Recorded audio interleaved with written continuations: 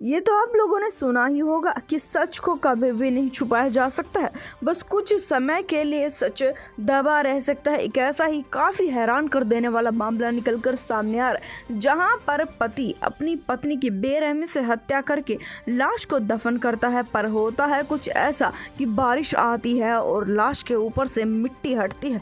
नमस्कार दोस्तों, स्वागत है आप सभी का एक बार फिर से। बेहद हैरान कर देने वाली वारदात निकलकर सामने आ रही उत्तर प्रदेश के बहराइच जिले से, जहां पर एक महिला अपने पति के साथ में रहा करती थी।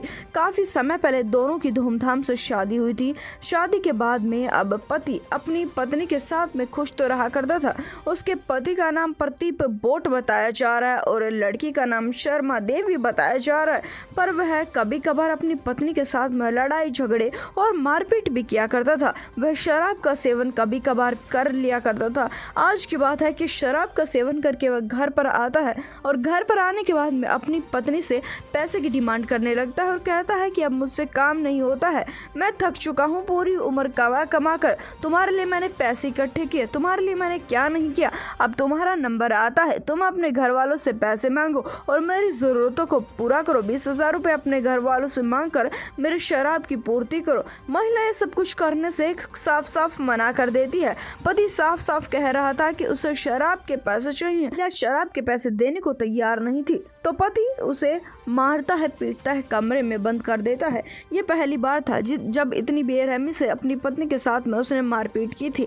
अगले वाले दिन महिला अपने घर वालों को पूरी सच्चाई बताती है। घर वाले उस लड़के पर दबाव डालते हैं तो वह कहता है कि उसकी कोई भी गलती नहीं थी। बात को यहीं पर दबा दिया जाता है। लड़की को समझाया जाता है कि तुम्हें भी थोड़ा शांति से पेश आना होगा, ऐसा ना हो कि तुम्हारा घर उजड़ जाए, वो भी छोटी छोटी बातों को लेकर। अपने पति की इन बातों को तुम्हें इग्नोर करना होगा।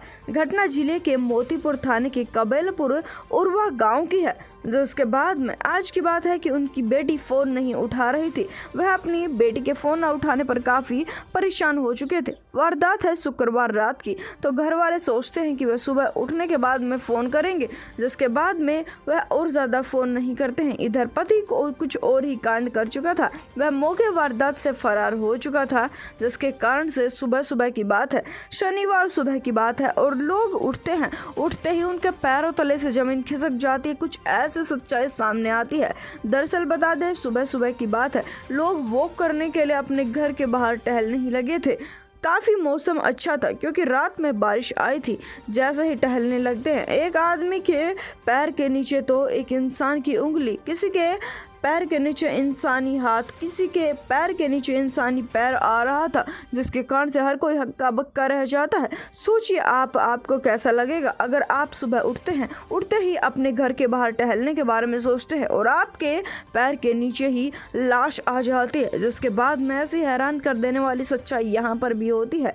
वह पति अपनी पत्नी की हत्या करके फरार हुआ था। उसने अपनी पत्नी की लाश को दफन भी कर दिया था, पर इतनी तेज बारिश आई कि मिट्टी हट जाती है और लाश के हाथ पैर बाहर आ जाते हैं, जो काफी डरावने लग रहे थे। मौके वारदात पर तुरंत पुलिस को बुला लिया जाता है।